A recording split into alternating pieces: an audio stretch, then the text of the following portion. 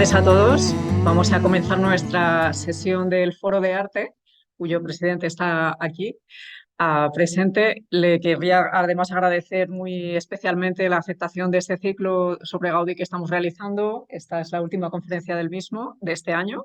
El año que viene tendremos la siguiente, en enero. Y tenemos hoy con nosotros a Carlos Salas Mirat, que es doctor en arquitectura. Él es ingeniero de edificación, máster en construcción y tecnología arquitectónicas y máster en educación. Ha realizado diversas colaboraciones docentes en algunas universidades, como por ejemplo la Universidad Politécnica de Madrid, la Universidad Rey Juan Carlos, la Universidad de León y la Università degli Studi di Salerno en Italia. Y la última de ellas ha sido la Universidad Villanueva, recientemente también para hablar sobre el tema de Gaudí y el tema un poco del que se va a hablar hoy aquí, ¿verdad? Sí. Adaptado a estudiantes de universidad, efectivamente. Carlos Salas tiene además varias publicaciones científicas indexadas publicadas, como por ejemplo Gaudí's La Pedrera, Sustainable Masonry Building from the Beginning of the 20th Century, Antonio Gaudí, precursor de la sostenibilidad y la biomimética en la arquitectura, con 100 años de antelación, Gaudí, A New Concept in Architecture with the Greatest Possible Structural Efficiency, Ruleless Surfaces, Tree-like Columns and Endless Geometry, y la arquitectura de Gaudí, una búsqueda de la verdad a través de la naturaleza en un afán de servicio. Profesionalmente, trabaja como ingeniero de edificación de la Comunidad de Madrid en infraestructuras en el área de proyectos y de obras. Tiene la palabra el doctor Carlos Salas. Nos va a hablar sobre la figura de Gaudí en relación con Juan de Herrera y Vitruvio. Bueno, pues muchas gracias por invitarme a este entorno tan bonito, Foro Escurialense, en representación del Centro Gaudí, por invitarnos al Centro Gaudí Madrid a estar aquí con vosotros y bueno, presentar estas conferencias, este ciclo de conferencias que concretamente pues me toca a mí con esta presentación. Bueno, pues el título de la conferencia, Gaudí, pionero de la sostenibilidad, pionero de la arquitectura sostenible, la influencia de Vitruvio y de Juan de Herrera, que es un tema muy propio también para aquí, para el Escorial. Como todos sabemos, enlazando con lo que comentaba al principio, Marco Vitruvio es autor de un importante tratado de arquitectura del siglo antes de Cristo que se llama De Arquitectura, en el cual recoge, bueno, es muy amplio, es muy denso, pero recoge fundamentalmente tres principios que se han trasladado hasta nuestros días y que hoy en día pues se sigue hablando de ellos, ¿no? Es una de las características que a mí me interesa remarcar de Vitruvio, ¿no? Que son recoger como tres principios fundamentales de la arquitectura que podríamos decir utilitas, venustas y firmitas. Utilitas se referiría a utilidad y funcionalidad. Venustas podríamos definirlo como belleza o impacto visual y firmitas como firmeza estructural o calidad constructiva. La utilidad siempre es al servicio de los usuarios. La belleza y el impacto visual pues puede ser en el diseño del edificio, en los materiales, y la firmeza estructural o la calidad constructiva, pues bueno, nos podemos referir a las instalaciones, a los acabados del edificio. Pero, ¿qué ocurre? Bueno, pues que efectivamente estamos hablando de hace 2000 años, pero podríamos decir o podríamos trasladar estos conceptos, siguen vigentes, ¿no? Y podríamos trasladarlos a hoy en día.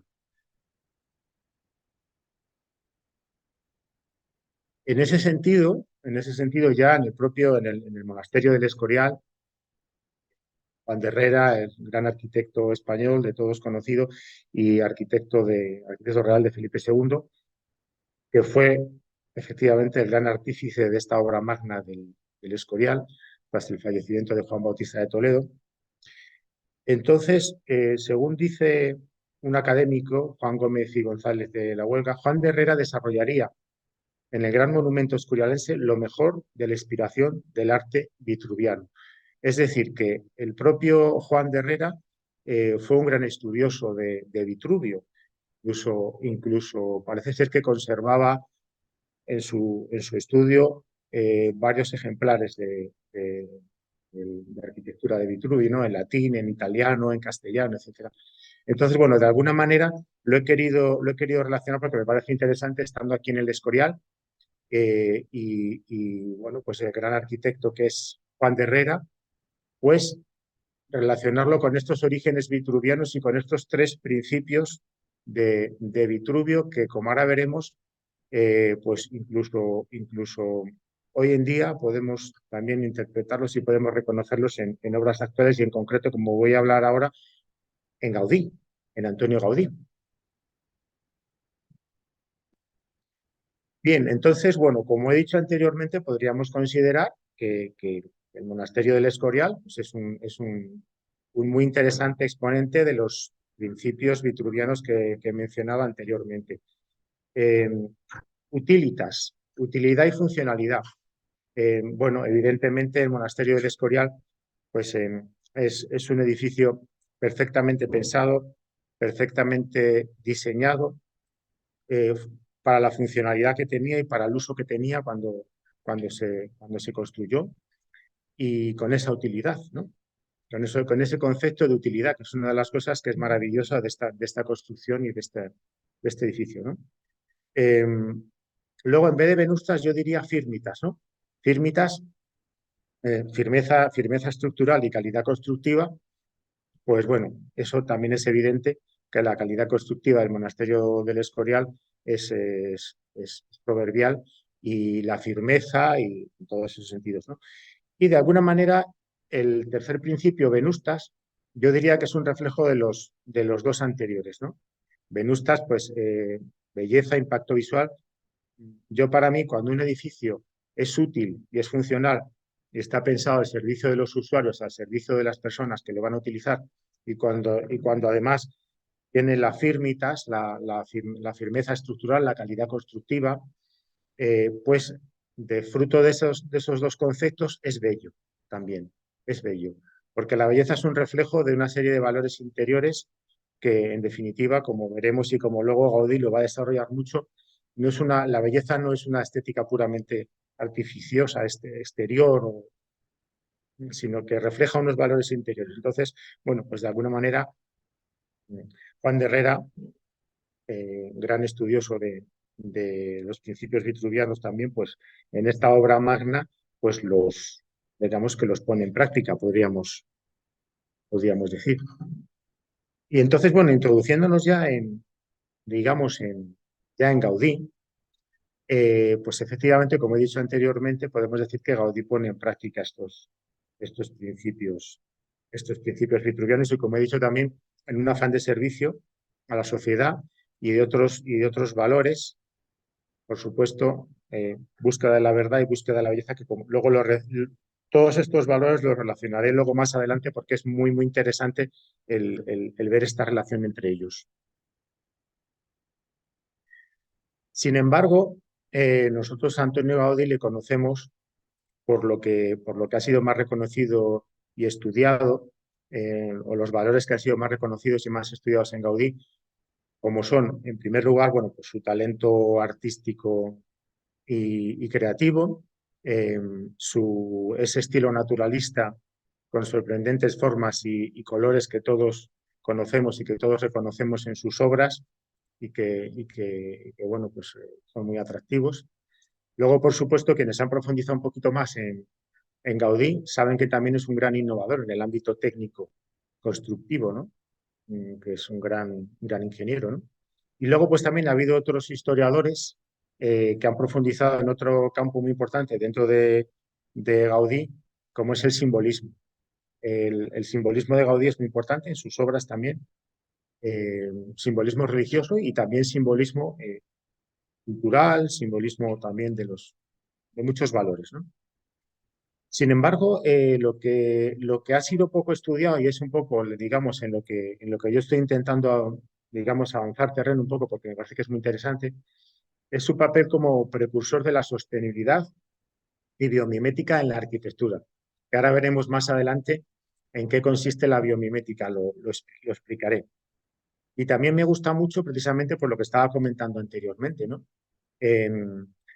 Estudiar también la relación de todo esto como yo digo, una tríada de valores, tres valores éticos, estéticos y científicos, que son el fundamento también son o debería ser el fundamento de la sostenibilidad de la arquitectura, de la biomimética, y es sin duda alguna fundamento también de la arquitectura de Gaudí.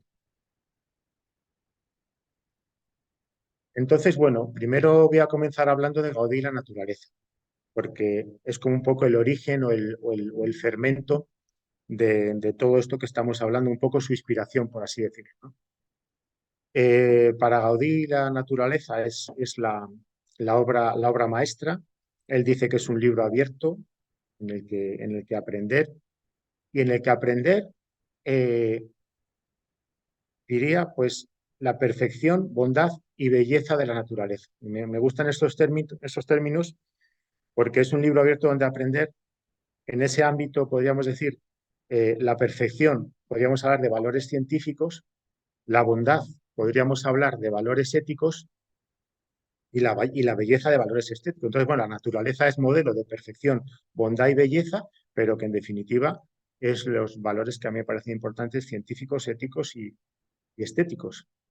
Eh, entonces, bueno, Joan Bassegoda es un gran estudioso de Gaudí, que ya ha fallecido, catedrático de la Universidad de Coruña y, bueno, un personaje realmente, un gran investigador de Gaudí. Y él, pues dijo esta frase, ¿no? Gaudí tuvo la humilde grandeza de saber leer en las formas de los tres reinos de la naturaleza las más puras lecciones arquitectónicas. Es decir, leer en la naturaleza, eh, la humildad de leer en la naturaleza. Bien, entonces en ese sentido, pues efectivamente podemos decir que la naturaleza es la inspiración fundamental de Gaudí, ¿no? De la que luego se van a desarrollar toda una serie de cosas que vamos a ir viendo. Entonces, en ese sentido, eh, Gaudí tiene una frase muy célebre que él decía: originalidad es volver al origen. Cuando a él le preguntaban, señor Gaudí, o le decían, ¿qué original es usted? ¿Qué obra más original? Y tal, pues él decía, no, decía, originalidad es volver al origen. ¿Y qué es el origen? Bueno, pues el origen es, en ese sentido, es precisamente la naturaleza. El origen es la naturaleza, es decir, volver al origen es volver a la naturaleza, es decir, como a los raíces o a los principios más fundamentales y más elementales que encontramos en la naturaleza. Están los principios físicos, los principios matemáticos, los principios geométricos, está la luz, es decir, que todo existe en la naturaleza y se puede estudiar. Entonces, en ese sentido, pues bueno, esta frase que decía, originalidad es volver al origen, como decía, puede parecer una frase curiosa, pero realmente no es una frase curiosa, sino que es una forma de pensamiento profundo, ¿no? Entonces, bueno, de alguna manera esta es la forma en la que Gaudí consigue esas extraordinarias y originales soluciones técnicas que todos admiramos, pues proceden de estos razonamientos que estoy diciendo, ¿no? Por ejemplo, pues aquí tenemos unas formas geométricas basadas en estos árboles, que es la foto de la izquierda, cómo se desarrolla, como en estas columnas de la Sagrada Familia, que es la foto central, y en definitiva lo que está haciendo es empleando paraboloides hiperbólicos, que es la foto de la derecha, es una figura, una figura matemática que se desarrolla como se ve en esa maqueta en color rojo y que la naturaleza ya ha desarrollado, ha asimilado, o sea, digamos, ese paraboloide hiperbólico lo ha desarrollado la naturaleza a lo largo de millones de años y se puede, de alguna manera, pues luego asimilar a esa forma geométrica y trasladarlo a la arquitectura. Entonces, bueno, como decía anteriormente, la biomimética, en definitiva, es una biomimética o biomímesis, es una nueva ciencia que ha empezado a desarrollarse en el siglo XXI y que ya Gaudí preconizó hace 100 años, sin hablar de biomimética, porque el término biomimética no existía, pero él, su razonamiento, su forma de trabajar era biomimético. Entonces, lo que hace es tomar la naturaleza como fuente de inspiración para el desarrollo de nuevas tecnologías.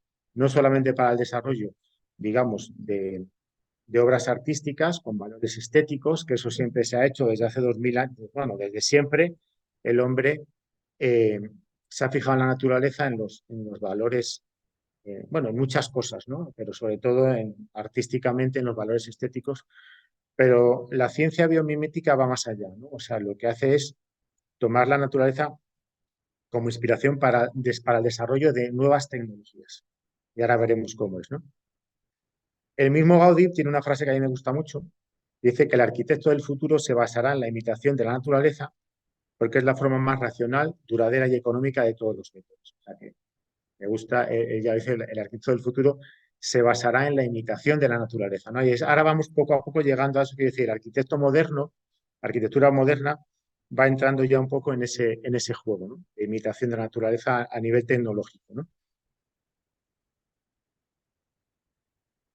Entonces, para que se entienda mejor, aquí pongo un ejemplo curioso, un edificio, en este caso, Leesgate Center de Zimbabue, que es un edificio que está basado en la imitación del sistema de refrigeración de los termiteros africanos.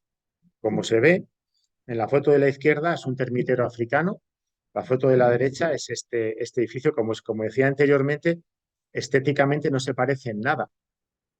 Cúmulo de tierra a un edificio, pero biomiméticamente, si damos una sección a ese termitero y analizamos el sistema de conductos verticales, horizontales, y vemos cómo funciona, pues basándonos en ese funcionamiento se ha diseñado ese edificio.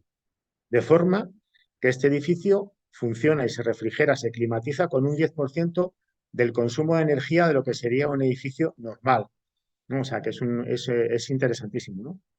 Entonces, bueno, en definitiva, eh, la naturaleza lleva ya 3,8 billones de años de evolución, podemos decir, y ha generado estructuras de diseño inteligente que lo que nosotros hacemos es estudiarlos y reinterpretarlos. Se puede decir imitar, pero más bien reinterpretar.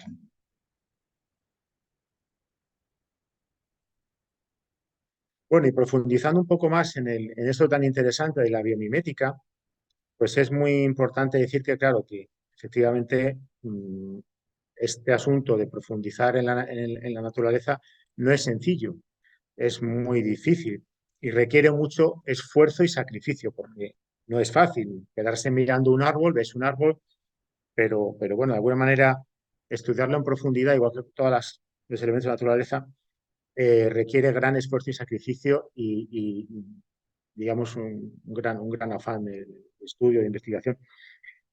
Eh, en ese sentido, un estudio, bueno, una, Gustavo García, hizo una tesis doctoral muy interesante, dice que la naturaleza no se deja leer a simple vista. Existe un velo entre ella y el raciocinio humano que debe irse apartando a base de análisis, estudio y reflexión. Y al hilo de eso, hay una frase muy bonita también de Antonio Gaudí, que precisamente describiendo ese sacrificio y ese esfuerzo del estudio y de la investigación profundos, muchas gracias, él dice, las grandes realizaciones solo se consiguen a fuerza de dolor, pero de ese desmenuzamiento del alma, quedan fragmentos preciosos, frutos de un sabor y un perfume que sacian generaciones.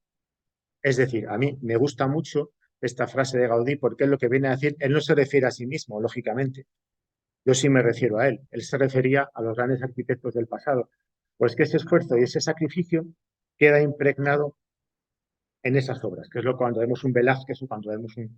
Pues realmente yo creo que ese esfuerzo y ese sacrificio queda impregnado en esa obra plástica, ¿no? Entonces a mí me explica un poco la gran atracción que tiene Gaudí a lo largo de generaciones y que sigue atrayendo cada vez a más gente y que mucha gente lo atribuye pues a que es muy colorista, a que es muy chulo, a que tal. Yo creo que es mucho más profundo que eso, ¿no? Aquí lo dice también Carlos Flores, dice, la gran cantidad de publicaciones sobre Gaudí no acaban de aclarar las causas de la atracción permanente que ejerce su obra. Las abundantes razones expuestas una y otra vez en torno a sus conocimientos técnicos y constructivos no llegan al fondo de la cuestión. Por eso yo me planteo esta pregunta, ¿no? Lo que he dicho ya anteriormente es realmente el motivo de esa atracción permanente de Gaudí, lo que él mismo decía, ¿no? Ese desmenuzamiento del alma de que quedan fragmentos preciosos que se hace en generaciones? Pues yo creo que sí, ¿no? Aunque cada uno luego lo puede interpretar de su manera, ¿no? De su manera. Entonces, bueno, volviendo un poco al tema de la originalidad, eh, es interesante decir que Gaudí, en esa búsqueda de la originalidad, bueno, no, en esa búsqueda o en esa definición que él hace de la originalidad, no deja libre su imaginación. Es decir, que como dice Carlos Flores, sus personalísimos hallazgos plásticos se encuentran normalmente encadenados, como he dicho anteriormente, a un riguroso discurrir lógico del que solo constituyen el eslabón final. Ese discurrir lógico es la búsqueda de las verdades científicas y como fruto es esa belleza artística, ¿no? En definitiva, lo interesante, en definitiva, es decir que los valores estéticos de Gaudí no son reflejo de, como decía antes, de caprichos estéticos, de dejar libre la imaginación, de ser muy imaginativo, no, sino que podemos decir que son más bien reflejo de un rigor científico en el estudio de sus obras y en ese sentido, pues bueno, digamos, él mismo dice que la belleza es el resplandor de la verdad, ¿no? Que es una frase de origen platónico, pero que a mí me gusta mucho también, que es un poco lo que creo que quiero decir, ¿no? Que la belleza es el resplandor de la verdad, de las verdades científicas, como decía antes. Se consiguen con mucho esfuerzo y con mucho sacrificio, pues esa es la belleza de la arquitectura, yo creo, de Gaudí. Entonces, ahora entraríamos ya a definir, a entrar un poquito más en lo que es la ecología y la sostenibilidad, ¿no? Una vez hecho este preámbulo más filosófico, más científico, que a mí me parece muy interesante. Eh, bien, entonces, me parece importante decir el cuidado de la naturaleza y la ecología son siempre al servicio del ser humano, es decir, al servicio de los valores que he dicho antes, éticos, estéticos y científicos. Por lo tanto, es darle un tinte humanístico a la ecología. Es una visión humanística de la sostenibilidad, porque tiene que tener un motivo y tiene que tener un porqué, y es porque tiene que estar al servicio de la persona. Es decir, que de alguna manera proteger una planta, proteger un animal que se encuentra en la otra parte del mundo, eh, es muy interesante, pero no es porque sí, sino es porque ese animal o esa planta pertenecen a una cadena trófica que afectan a otros muchos animales y esos animales afectan a las personas que viven ahí. Al final nos afecta a nosotros, es decir, todo nos afecta al ser humano, ¿no? Es decir, que al fin y al cabo, de alguna manera, todo nos influye. Entonces, es no perder de vista esa visión humanística de la ecología y de la sostenibilidad, ¿no?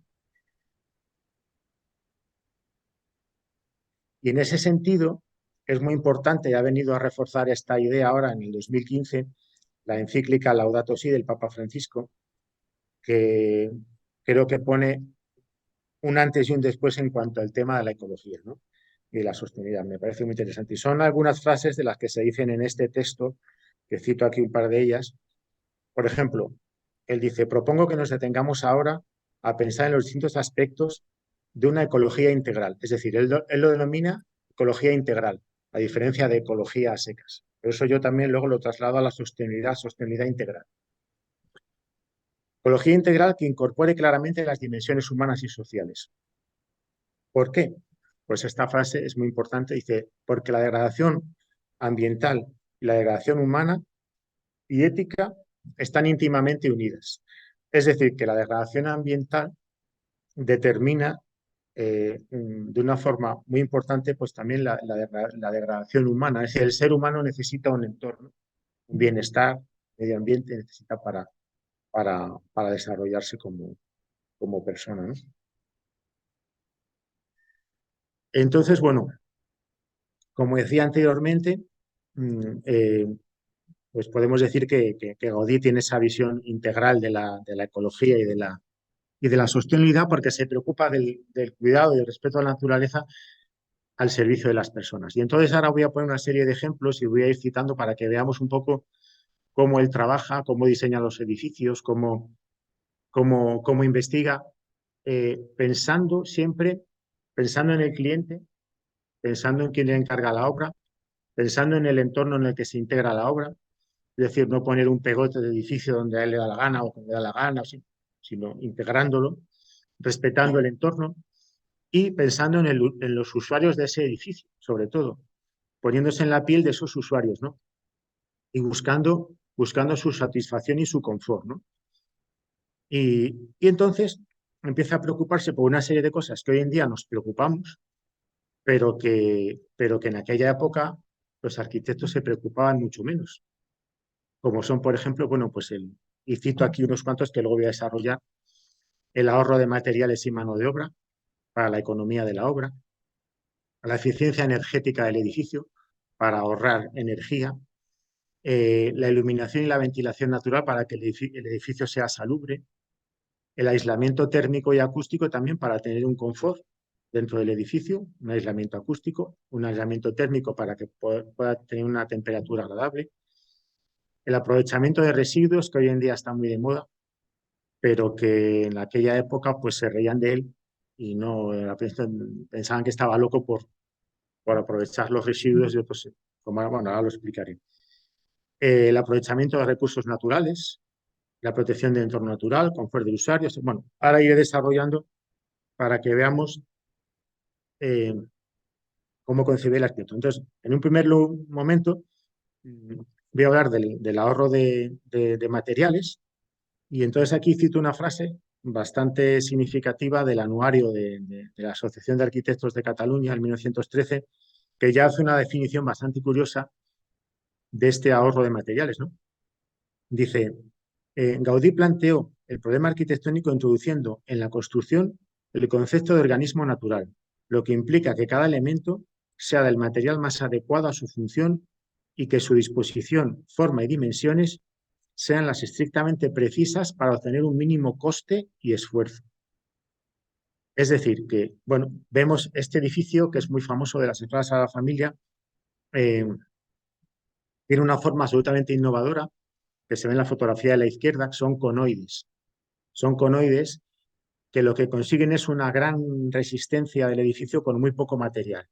Empleando muy poco material, muy poca mano de obra, es como una patata frita, una Pringle de estas, que viene así doblada, y que entonces tiene una dureza que si fuera plana se partiría, pero como tiene una forma redondeada, o para que lo hagan más sencillo, pues un folio que está recto, pues se parte, pero un folio que está curvado, pues tiene mucha más resistencia. Es decir, la forma es. Entonces, esa forma que va haciendo así esos conoides hacen que con una lámina de ladrillo muy fino, porque como se ve en la foto de la derecha, es una lámina de ladrillo muy finita, con mucho ahorro de material, consigue muchísima resistencia. Bien, pues otra cosa muy curiosa también, bueno, en cuanto al ahorro de mano de obra, es la prefabricación de elementos, ¿no? Es una cosa que hoy en día también se hace mucho, pero que él fue innovador en eso, ¿no? Abaratar costes mediante elementos prefabricados. Bueno, pues muchos elementos, en este caso el Parque Güell, fueron prefabricados. Aquí vemos, por ejemplo, en la foto de la izquierda, esas piezas amarillas que están en ese tejado son módulos prefabricados. En vez de ir haciéndolo todo, desarrollándolo poco a poco, se van haciendo módulos prefabricados, pues sigue un abaratamiento de materiales, ¿no? Entonces, en ese sentido, Joan Basagua dice que el Parque Güell, más que construido, está montado, porque mucho, en vez de montado, es decir, que muchos de sus elementos son prefabricados. Ahí se ve un operario en la foto de la derecha cómo podría ir prefabricando algunos de esos elementos en serie, ¿no? Ir desarrollando todas esas labores y luego esos elementos se van colocando. Pues lo mismo, eso es una cosa muy innovadora que Gaudí puso en práctica.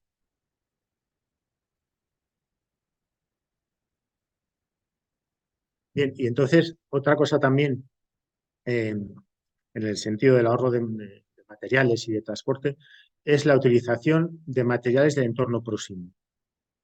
Lógicamente, nos hacemos a una idea de que el empleo de materiales del entorno próximo es un abaratamiento importante de costes, ¿no? Por eso él mismo dice que las construcciones rurales han de hacerse con materiales del propio terreno. Entonces tenemos este ejemplo que es muy curioso, que es el Parque Güell, donde los materiales no solamente son cercanos, sino que son del propio solar. De la excavación del solar del Parque Güell, mm, están sacados lo que es toda la piedra, ¿no?, que vemos ahí. En cuanto a la eficiencia estructural, por poner un ejemplo también bonito, ¿no? Bueno, hay más ejemplos, pero bueno, en este caso, él está durante 10 años investigando, en este caso en la colonia Güell, lo que podríamos llamar arcos y bóvedas catenarias, que luego, si puedo, explico un poco qué es lo que es, ¿no? Bueno, pues estos arcos y bóvedas catenarias, que no tienen nada que ver con los arcos y bóvedas convencionales, que son el arco de medio punto, el arco apuntado, el arco rebajado, es el primer avance estructural en 500 años. En 500 años, el primer avance estructural respecto a estos elementos, el arco de medio punto, etc. Los arcos catenarios, básicamente es si nosotros cogemos una cuerda o una cadena y la sujetamos entre dos puntos, coge una curvatura que cuando luego le damos la vuelta, tiene es esa curvatura. No es una parábola, no es una circunferencia, no es un arco de circunferencia rebajado, es una catenaria. Bueno, y esto constructivamente pues es importantísimo. A partir de todo esto desarrolla, como vemos aquí, las bóvedas de la Sagrada Familia y consigue eliminar los arbotantes y los contrafuertes de la arquitectura gótica, lo que él llamaba las muletas del gótico. Bien, pues gracias a este diseño estructural de sustituir el arco de medio punto o el arco apuntado rebajado por la catenaria, genera luego bóvedas catenarias también, y entonces, bueno, pues al final consigue estas bóvedas de la Sagrada Familia con, bueno, ni más ni menos que eliminando los contrafuentes y los arbotantes. Ya con eso nos hacemos una idea de la cantidad de material y mano de obra que se elimina, ¿no? Y que se consigue ganar en vanos, ganar en luz, en ventilación. Un gran avance. Eficiencia, siguiendo con eficiencia, pero ahora, porque la sostenibilidad va mucho de eficiencia, pues ahora eficiencia energética. Bueno, pues es prodigioso este edificio que se llama El Capricho, que parece un edificio muy sencillo, pero es un edificio proverbial, es un edificio muy prodigioso. Es un edificio ni más ni menos que en forma de U, que abraza un invernadero orientado hacia el sur. Ese invernadero orientado hacia el sur capta perfectamente la energía del sol, la energía térmica, y luego la distribuye a lo largo de todo el edificio, con lógicamente, un considerable ahorro energético, ¿no? Bueno, podríamos decir que es una arquitectura heliotrópica, al igual que el girasol, que son los azulejos que, que tiene precisamente, los que está decorado, pues podemos decir que es también una flor heliotrópica, ¿no?, orientada, o una planta heliotrópica orientada hacia el sol, ¿no? Bueno, pues es un ejemplo muy significativo de eficiencia energética. Siguiendo con eficiencia energética, bueno, pues también es interesante hablar y señalar la ventilación de los edificios, ¿no? La ventilación del edificio es fundamental para la climatización del edificio, para refrescar, para todo el funcionamiento del edificio, ¿no? Entonces, en este sentido, Gaudí pues, es absolutamente innovador también vemos aquí estas palancas de regulación del caudal de entrada y salida en puertas y en ventanas, en fachada y en patios, con lo cual, con ese sistema, regula perfectamente climatiza perfectamente el edificio, ¿no? Y tiene pues un considerable ahorro también a la hora digamos, de mantenerlo caliente o de mantenerlo frío, ¿no? Esto va ligado también, lógicamente, la ventilación con la iluminación. Iluminación natural, pues lo mismo también, ¿no? Pues es un gran ahorro de energía. Entonces, en ese sentido, Gaudí es de los pocos arquitectos que en todos sus edificios hace algo que nadie hacía en aquella época, y es ventilar e iluminar los sótanos o semisótanos. ¿Cómo lo consigue? Bueno, pues vemos que aquí, por ejemplo, en este caso, la Casa Botines hace un foso perimetral en una planta que es de sótano o semisótano, en vez de dejarla enterrada y sin ventanas, hace un foso perimetral, introduce, como vemos en la foto de la derecha, introduce unas ventanas, y luego dentro del edificio quita los tremendos muros de cargas, que es una cosa absolutamente innovadora en aquella época, quitaron unos muros de carga de ladrillo enormes que cegaban y que dificultaban todo, y pone estas maravillosas columnas que permiten el paso de la luz, permiten el paso, permiten la ventilación. Bien, pues esto es una cosa que en aquella época los sótanos eran absolutamente insalubres y no era muy raro que tuvieran ventilación, que tuvieran iluminación. Y, como veremos, Gaudí en todos sus edificios, incluso en los sótanos y semisótanos, incorpora ventilación e iluminación. Siguiendo ya más centrados en la iluminación natural, pues bueno, las fachadas, ¿no? Vemos aquí, bueno, pues la Casa Batlló es un edificio que es una restauración de un edificio que ya existía y tenía pues unos muros de fachada como pueden ser estos, ¿no? Muy opacos, muy ciegos, con pocas ventanas. Entonces hace una demolición total de la fachada principal del edificio y incorpora estos lucernarios que vemos aquí, maravillosos, estas ventanas acristaladas maravillosas que son todo luz y ventilación, porque además se levantan todo a la vez y crea como un balcón gigante sin montantes, ¿no? Y luego las puertas interiores vemos que también, pues digamos, la parte de arriba de las puertas, digamos, lo que son, lo que es la parte fija, tiene unos fijos acristalados también es decir, en vez de tener solamente cristales en las hojas, en las puertas, en la parte de arriba incorpora fijos acristalados también, precisamente para conseguir esa iluminación interior. Eh, Bueno, y otras cosas muy curiosas que también desarrolla Gaudí, que nadie hacía y creo que pocos arquitectos han vuelto a hacer hoy en día o es complicado, que es, en este caso, pues bueno, se fija en la variación cromática del color de los azulejos para hacer una distribución reflectiva de la luz, es decir, que la luz se refleje en el patio de forma uniforme, que no tengamos mucha luz en la parte de arriba y muy poca luz en la parte de abajo. Entonces, si los azulejos de la parte de abajo son más claros, reflejan más la luz. Y en la parte superior, que los azulejos son más oscuros, la reflejan menos. Entonces, de esa forma, eh, se, se consigue nivelar, digamos, y repartir a lo largo de todo el patio la iluminación, ¿no? Aparte de, como decía antes, como al comienzo, este diseño científico y técnico, pues al final es una gran belleza, ¿no?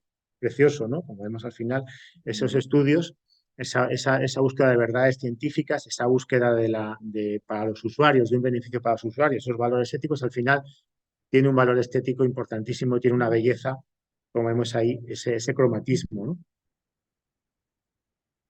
Incluso aquí traigo este edificio, pero casi en todos sus edificios, también las ventanas de la parte más abajo, de las plantas de más abajo, mm, son más grandes también. Son más grandes. Aquí, y según vamos ascendiendo, pues van disminuyendo de tamaño. ¿Por qué? Porque en la parte superior del edificio, sobre todo si tenemos edificios cercanos, eh, llega mucha luz porque no nos dan sombra, pero en la parte más abajo queda mucho más oscurecido. Entonces, en muchos de ellos eh, hace este juego, ¿no? Que aquí se ve perfectamente, pues bueno, las ventanas de abajo son muy grandes y están muy juntas. Luego, la planta de más arriba están un poquito más separadas. La planta de más arriba están más separadas todavía y son más pequeñas. Y luego ya en la última planta, pues son todavía más pequeñas incluso, ¿no? Y de la misma forma, las esquinas del edificio, ¿no? O sea, esas zonas ciegas donde tampoco tenemos ni ventilación ni iluminación. Introduce esas torres tan bonitas para conseguir ventilar e iluminar precisamente las esquinas del edificio. Y sigo con la iluminación natural porque, bueno, Gaudí es un gran descubridor de muchas cosas. ¿Qué tal vamos de tiempo? Vamos, vale, ya más o menos. Bien, entonces, en este caso, me voy a fijar en un desarrollo tecnológico que él hace también, que es basado también en la superficie geométrica, que es el hiperboloide. Entonces, él idea estas bóvedas con hiperboloides en la parte superior, que lo que hacen es que donde antes teníamos la clave de la bóveda que es la que sostiene toda la bóveda y que si quitamos la clave para ventilar o iluminar, se hunde la bóveda. Bueno, pues él genera este hiperboloide que lo vemos ahí en la imagen de la derecha abajo, cómo está geométricamente, cómo está constituido, y entonces abre huecos precisamente donde estaba la clave, abre huecos para ventilar e iluminar todo el edificio. Y siguiendo con la iluminación natural, que a él tanto le preocupa, pues incluso en la Sagrada Familia, en la cripta de la Sagrada Familia, consigue también iluminarla. ¿Cómo? Pues vemos aquí cómo eleva el espacio central y mete estos arcos y de esa forma introduce la luz natural que viene a través de la fachada de fuera, la introduce en la cripta con todos estos arcos que vemos aquí. Aquí pongo otro ejemplo de, de iluminación natural, en este caso el Palacio Episcopal de Astorga. Y bueno, pues lo mismo, vemos el foso exterior y vemos cómo se ventila y cómo se ilumina el sótano. Y bueno, pues como decía anteriormente, la iluminación es muy importante para Gaudí. Entonces, hay una cosa muy curiosa en algunos de sus edificios, y en este caso, pues es muy interesante comentarla. Vemos la apariencia exterior del Palacio Episcopal, vemos que es como una gran mole de piedra con una serie de ventanas, pero que nos da la sensación de que son ventanas de tamaño reducido y no pensamos que sea un edificio que tenga una gran iluminación interior.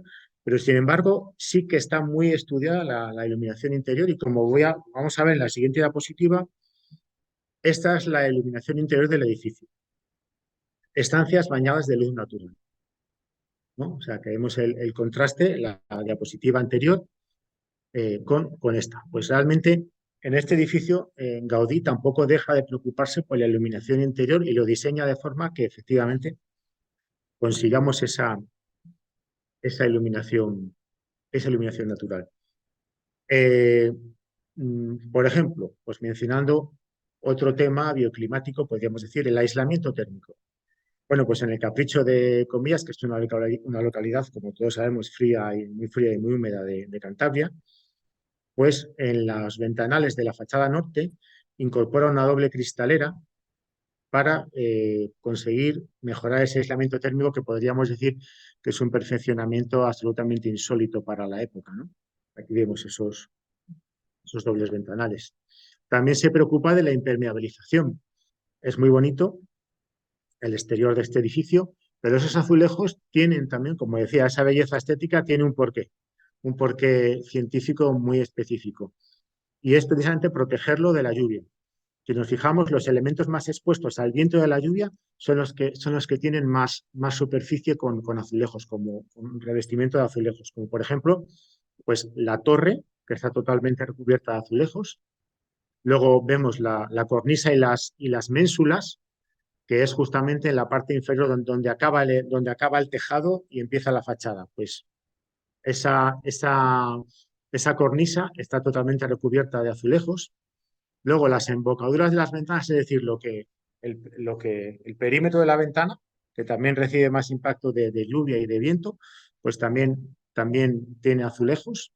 El encuentro con el zócalo, es decir, que está perfectamente pensado para que no tengamos humedades en el edificio, cosa que es muy habitual y bueno, pues en sitios como el Escorial, pues fachadas y muchos, pues tendrán esta problemática, ¿no?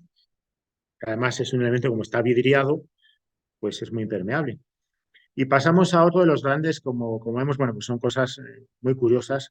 Eh, Otro de los grandes referentes de Gaudí, ¿no? Que es el aprovechamiento de residuos. Un gran innovador, como decía anteriormente, hoy en día está muy de moda, pero en su momento nadie lo entendía, ¿no?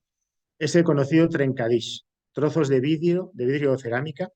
Normalmente eran depósitos sobrantes o defectuosos. También había fábricas de industrias, como la vidriería Peregrí de Barcelona, que se los facilitaban de los excedentes de fabricación que tenían. E incluso los propios albañiles, los propios operarios tenían la orden, como dice Joan Baseu, dice, los albañiles y peones se dedicaban a recoger botellas rotas, platos o tazas que encontraban en los vertederos camino de sus casas para entregárselas a Lluyol para sus mosaicos. Entonces vemos Qué simpático, ¿no? En la foto de la izquierda, las chimeneas de la Casa Milá, vemos restos de botella, vemos restos de... Y luego el diseño plástico precioso de la derecha también con vajillas que algunas le venían de Inglaterra, también algunas vajillas de excedentes y hace este diseño maravilloso, ¿no? Aprovecha, es decir, eso. Algo que hoy día es muy importante que es el aprovechamiento de residuos, que vemos que el planeta no puede acumular todos los residuos que somos capaces de producir. Entonces, tenemos que reciclarlos. Pues él ya, bueno, pues él ya, digamos que hace esto, ¿no? Y también, bueno, pues muy curioso, por poner más ejemplos, en la Casa Milá los balcones están hechos con chatarra de desguace. Esas, esas que parecen algas, ¿no? Que son de acero, ¿no? Pues son planchas, cadenas, perfiles, tornillos. Luego tenemos más abajo, pues, por ejemplo, los bancos de la fábrica Güell, pues que están hechos también digamos, aprovechando las tablas de roble de los embalajes de la maquinaria que llegaba a la fábrica, entonces llegaba embalada digamos, en cajones de madera. Con esos cajones fabrica los bancos, que creo que según hablan de la época le costaron 4 pesetas, me parece. Y luego se han subestado en París hoy en día por 400.000 euros. Es decir, que vemos sostenibilidad económica, aprovechamiento económico, pues vemos cómo aprovechando los residuos se consiguen cosas de estas, ¿no? Y luego bueno, pues los ventanales también de la fábrica Well, que están hechas con agujas inservibles de los telares de las fábricas también. Agujas inservibles teje estas rejas. Y bueno, pues por ejemplo, los muros de la cripta de la Colonia Güell, ¿no? Son muy bonitos, tienen digamos, una apariencia que va muy acorde con el entorno, con las agujas digamos, de los pinos, que tienen unos tonos marrones, las agujas secas y tal. Se integran perfectamente estos tonos con la fachada, pero es que están hechos precisamente con ladrillos de desecho, también con ladrillos recochos, que son ladrillos demasiado quemados, retorcidos, alabeados, pero que sin embargo son más resistentes y le vienen a él muy bien, con escoria y con con residuos de fundición. Pues también fabrica estos muros maravillosos que se integran en el pinar y en las tonalidades del pinar, y que además son más resistentes y mejores para lo que este edificio luego iba a soportar en altura, iba a tener mucha altura. Uno de los trabajadores de la Sagrada Familia, Joan Matamala, deja esta cita. A la Sagrada Familia llegaban habitualmente carros con desperdicios de hornos de ladrillo, sobre todo ladrillos recochos que se utilizaban para el relleno de los machones de las torres. Ahí vemos una foto muy bonita también de la época. Eh, y, bueno, un ejemplo que he traído aquí que también me parece curioso, que es una cita de Gaudí también, que, bueno, digamos que al construir este edificio resulta que se encontró con un pino. Y entonces dijo esta frase, ¿no? Yo puedo hacer una escalera en 3 semanas, pero necesito 20 años para tener un pino como este. Y entonces cambió la forma de la escalera para salvar ese gran pino. Ahí vemos el entorno de pinos que hay actualmente en el edificio, ¿no? Pues eso nos da idea un poco del sistema de pensamiento de Gaudí, ¿no? Y la forma de trabajar de Gaudí. Luego tenemos, por ejemplo, pues bueno, el Parque Güell realmente, aunque es muy bonito, pero realmente es una gran obra de ingeniería, es un gran captador de agua de lluvia, porque realmente las columnas de la sala hipóstila que vemos aquí en la foto de la izquierda realmente son grandes bajantes de agua.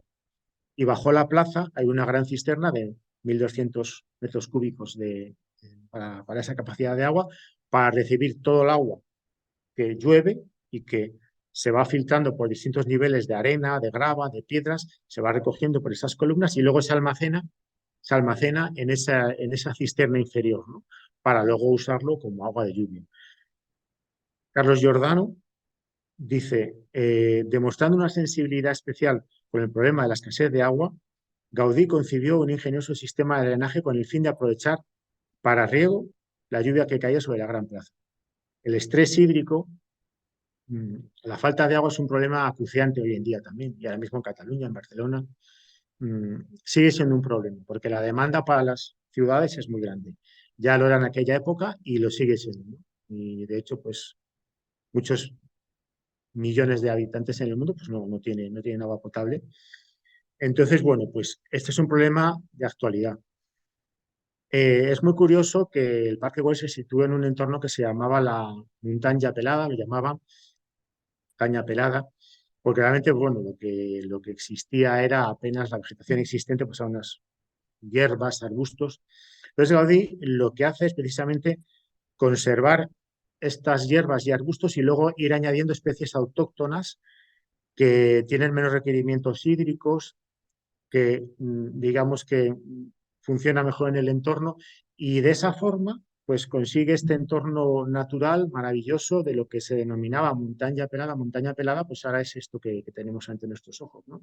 Con esa frondosidad y sin grandes requerimientos de agua, tampoco. Entroncando un poco también con este afán de servicio a los usuarios, ya también en concreto a los usuarios de los edificios, pues es curioso también el hablar de los estudios funcionales y económicos que él hace de muchos de los elementos de los edificios, ¿no? De sillas, de tiradores, mm, que eso hoy en día también se hace y se habla mucho de eso, pero que en aquella época pues tampoco se hacía eso. Entonces, bueno, él diseña el mobiliario de muchos de sus edificios y aquí vemos, por ejemplo, en la manilla de la Casa Milá, cómo a partir de modelos en barro, aplastados con los dedos y luego fundidos en bronce, pues desarrolla tiradores ergonómicos. Y la silla de Casa Milá, que también es ergonómica. Hoy en día, pues las sillas en las que estáis sentados, que todas las sillas ya son ergonómicas, son anatómicas, y nos recogen perfectamente los riñones, nos recogen perfectamente el cuerpo y son muy cómodas, pero en aquella época no. Un tablón de madera totalmente plano. Entonces, bueno, pues es muy bonita esta silla ergonómica de la Casa Milá, a mí me encanta, ¿no? Otra cosa, pues también muy curiosa, bueno, pues también se preocupa de la acústica. En este caso, en el Palacio Güell, justamente a la entrada, los adoquines de la entrada son de madera de tea, precisamente para amortiguar el ruido de los carruajes cuando entraban. Ahí vemos a la derecha esos adoquines de madera para que no haya un ruido ensordecedor en el interior, digamos, de esta entrada del edificio. O sea, vemos que se preocupa hasta de los más mínimos detalles al servicio del bienestar y del confort del usuario, ¿no? Y, por supuesto, pues también de los propietarios del edificio, etcétera. Eh, bueno, pues también es curioso, en este caso, en el Palacio Güell hay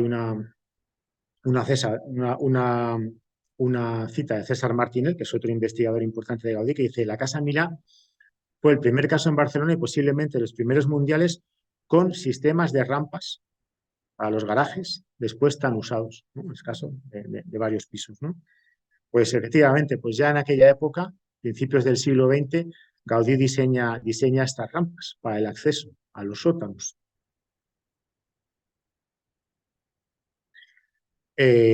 También es muy importante la salubridad de los edificios. En este caso, la Casa Calvet en el año 1900 recibió un premio del Ayuntamiento de Barcelona, premio al mejor edificio del año, y en este caso, pues también, ¿no? El jurado se mostró impresionado por la buena ventilación y sifonaje del edificio, también, ¿no? Ahí vemos el título que recibió a la derecha. Y bueno, pues también otro ejemplo curioso, la Casa Botines, ¿no? Otra cita de Joan Bassegoda. En esta casa fueron instalados por primera vez en León cuartos de baño. Bien, pues es otra cita que también me parece interesante, ya que hablamos de ecología, de sostenibilidad y de Gaudí como precursor de esos valores, ¿no? Y hay un ámbito muy importante de la sostenibilidad, son los tres ámbitos de la sostenibilidad, son económico, social y medioambiental. Los tres están relacionados y el uno lleva al otro y el otro lleva al uno, ¿no? Entonces, el ámbito social de la sostenibilidad, pongo aquí un ejemplo también bastante bonito, que son las escuelas de la Sagrada Familia, fueron financiadas por Gaudí con un coste de 9.000 pesetas para que los trabajadores de la Sagrada Familia, sus hijos, pudieran estudiar y pudieran estudiar ahí. Ahí vemos entonces, esta foto es una foto muy bonita, que es una clase de jardinería al aire libre, ¿no? En las escuelas de la Sagrada Familia. Pues esto es un ejemplo de sostenibilidad social. la que también podemos decir que Gaudí fue precursor. Y hay otros muchos ejemplos de otras muchas cosas. Cuando no existía seguridad social, pues él a los operarios más mayores, en vez de despedirlos, les tenía en un rinconcito haciendo cestillos, tejiendo cestillos para que pudieran seguir cobrando su sueldo, cuando todavía no existían esas protecciones sociales. Incluso hay anécdotas bonitas, como que en una ocasión parece ser que, que estaban roncando y pasó a Gaudí, se alarmaron, mire tal, y entonces, él parece, dijo una frase: todos llegaremos a esas edades, no nos preocupemos. O sea que, bueno, pues ámbito social de la sostenibilidad que también Gaudí le preocupaba mucho. Y bueno, ya como conclusiones finales, que es lo más importante, retomando un poco con lo que decía al principio, ¿no? Valores éticos, valores estéticos y valores científicos, que creo que son fundamentales en la sostenibilidad de hoy en día. Por eso la sostenibilidad hoy en día es tan importante y la ecología, pero que lo que he venido un poco a querer demostrar es que también están inmersos en la arquitectura de Gaudí. Es decir, que Gaudí se preocupaba mucho por esos valores. Valores éticos que, en definitiva, eh, son una búsqueda del bien común, valores estéticos que son una búsqueda de la belleza y del arte, y valores científicos que, como he dicho también anteriormente, son una búsqueda de las verdades de la ciencia. Y que lo que quiero hacer al final es relacionarlo con los principios vitruvianos que he explicado al principio: utilitas, venustas y firmitas, para ver que esta triada de valores, esta triada de principios, son como tres patas muy sólidas, muy importantes, en las que está basada la arquitectura, y que ya arrancan de Vitruvio, y que luego Gaudí desarrolla y perfecciona, y que hoy en día desarrollamos en la sostenibilidad. Bueno, utilitas, utilidad pública, lógicamente, es un valor ético y está relacionado con la búsqueda del bien común. Venustas, belleza, los principios vitruvianos, pues bueno, efectivamente, valores estéticos, la búsqueda de la belleza. Y luego las verdades de la ciencia, pues la firmeza, yo lo denomino una firmeza, una solidez científica también, ¿no? Entonces, bueno, pues esto es un poco el mensaje de ida y vuelta, ¿no?, que he querido transmitir. Pero quiero también hacer un resumen final, ya un poco aplicable a todos nosotros, por así decirlo, porque yo seguramente no voy a construir grandes catedrales. Muchos de los que estamos aquí, pues tampoco vamos a construir catedrales. Nuestro trabajo eh, va a ser de otra índole, pero eh, hay unos valores, hay unos valores que subyacen, y de los que es ejemplo Gaudí, y que podemos nosotros imitar. Vayamos a construir catedrales, seamos arquitectos, no lo seamos, o en nuestro trabajo profesional o en nuestras labores de casa cada día, eh, y que son, que de alguna manera es lo que sí que ya en el ámbito de la arquitectura podríamos decir que no se trata de imitar las soluciones técnicas o decorativas, sino imitar, y es donde entro, que todos podemos: su profundo amor y respeto por la naturaleza, su gran afán de servicio a los demás, y luego un trabajo intenso, metódico y disciplinado. Yo resumo en estas tres grandes lecciones lo que es la arquitectura de Gaudí, lo que es la sostenibilidad, y lo que es un ejemplo, digamos, para todos nosotros, para llevarlo a nuestro trabajo profesional y a nuestra vida, ¿no? Y bueno, finalmente, pues incluso el gran arquitecto Norman Foster, el arquitecto india, pues dice que sus métodos de trabajo, un siglo después, siguen siendo revolucionarios. Bueno, pues los métodos de trabajo de Gaudí, pues es todo esto que hemos ido desarrollando, todo esto que hemos ido viendo, pero que de alguna manera se pueden resumir en esos valores que he dicho: éticos, estéticos, científicos, en esos valores vitruvianos, y en esta forma de trabajar con amor y respeto a la naturaleza, con un gran afán de servicio a los demás, y desarrollando un trabajo intenso, metódico y disciplinado. Me parece que ese es el gran mensaje de, de Gaudí.